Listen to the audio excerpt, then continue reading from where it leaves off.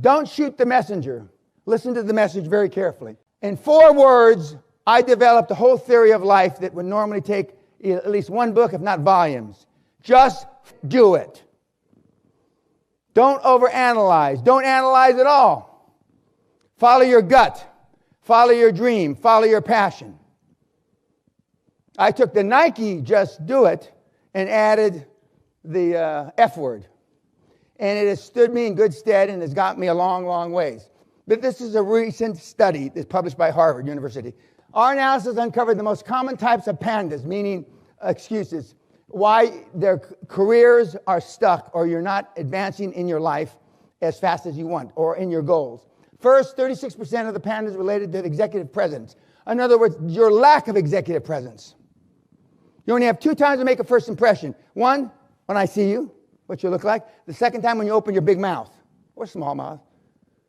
Those are the only 2 times. After that, you have to perform. For those of you that are Penn students, for those of you that have gone to prestigious schools like this fine university, that university degree gets you in the door.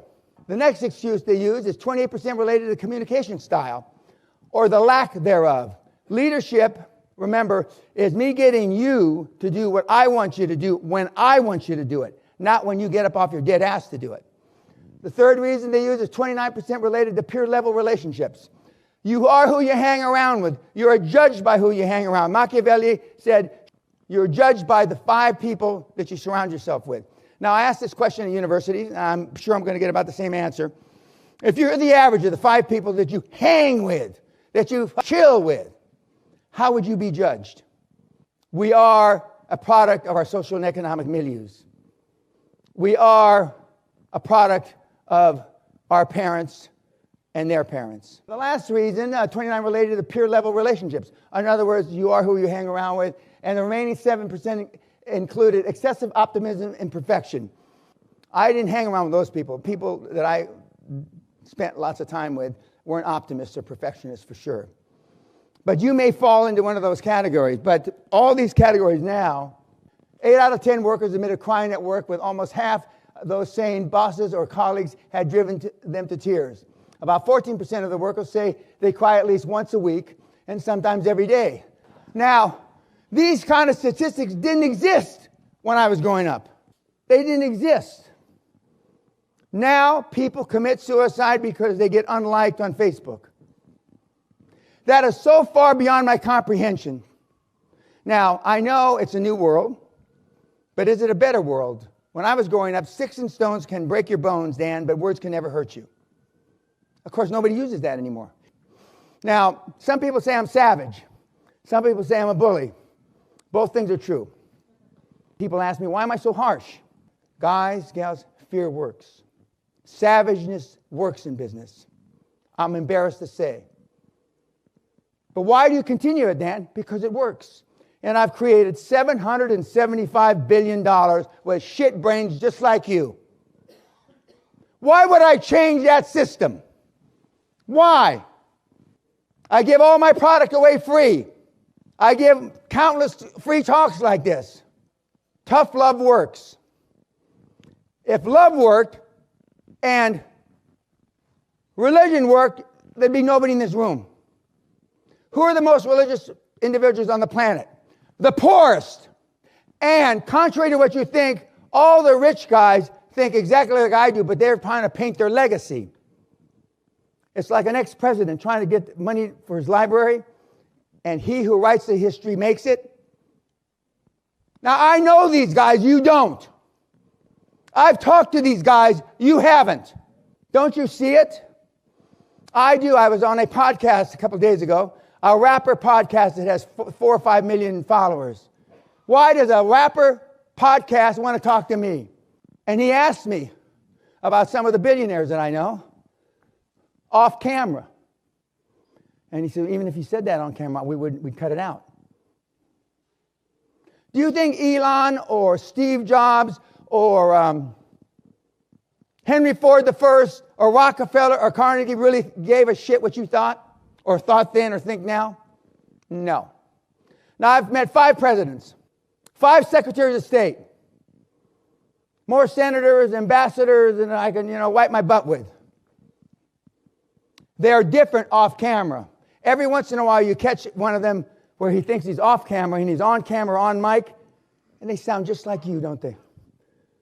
I'll never forget when Joe Biden, of course Joe Biden's big news now, Joe tells Obama, boy, this is a big fucking deal on camera, and it's a live mic. That's how they talk. The difference between what I coach, teach, mentor, whatever, is I demand you to do it, or I throw you out. I demand. I keep you to a timetable for every hour that you're awake. Every hour. Most of you in this room waste at least 60% of your days. At least. Some of you waste 80%. Some of you waste 90%. Nobody holds you accountable. Nobody. I hear that even universities don't hold people accountable now. They've got wishy-washy policies. Well, you can come to class or not come to class, cha-cha-cha. You can turn in the paper or not turn in the paper, cha-cha-cha. I taught honors at the university. I got to explain about 1994, 1995. We had 330 people participated in a contest to be in my honors class. First day of class, 317 people. End of the year, 13 people. 300 went bye-bye because you had to come to class. I had pop quizzes. I had homework. I had 3 papers. If I thought the kids were snowflakes in 1994 and 1995, those were superheroes compared to today. Just imagine, pop quizzes, 3 papers, and I forgot the project. But the 13 that graduated and the 13 that wound up at the end, last man standing, all thought they were going to get A's. Were they surprised? Because they made it through the gauntlet. We gave 1 A and the rest B's. 1 A and the rest B's. And I've been told in later years, if I'd known that, I wouldn't have stayed the class. I would have gotten out. Eagles fly above the storm. Bill Gates doesn't chill. Henry Ford didn't chill. I don't chill. Show me your friends and I'll show you your future. Now, I have 3 regrets in life. None of them your regrets. I shared them with the vets that we had dinner with last night. 1, I'm a combat-trained Army military officer, highly trained, who never saw combat. 2, the night before my mother died, I yelled at her, "God damn it, don't be a bitch, Mom, you're not sick." She's dead the next morning. I'd like to take that one back. And 3, I didn't set my goals high enough. Now, if I didn't set my goals high enough, what can almost everybody in this room say about their goals? But I was blessed when I finally did get my head out of my ass and straighten my act up, which our father and the military helped me do that. I put myself around as many high-performance people as I possibly could. I was with the ANALYSE group for several years with Konstantin Gratzos, who was a mentor of mine, who was the CEO of ANALYSE Shipping, who was the best friend for 65 years of Aristotle Onassis. I was with Siemens, one of the largest conglomerates in the world for 10 years, and my mentee, maybe not like you, but you, became CEO of Siemens.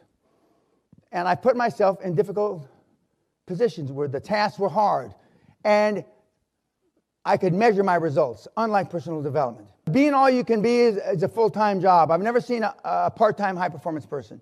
Elon Musk is not a part-time high performer. Notwithstanding smoking a joint on Joe Rogan, which I didn't smoke a joint on Joe Rogan. That's probably the only thing Mr. Musk and I have in common, other than he may have stood in this room once, is that, he's not a part-time guy. None of the super high-performer guys, and he's obviously an iconic genius, given all that. Steve Jobs, who I did know, was an iconic genius, and he wasn't part-time. Everything was devoted to his life vis-a-vis Apple in those days.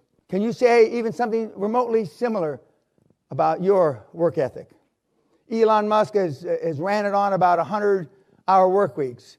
A guy that works 100 hours can get twice as much done in the same time period as a guy or gal only works 40 hours. Success leaves clues. I tell the kids, change 1 billion lives, 2 things will happen.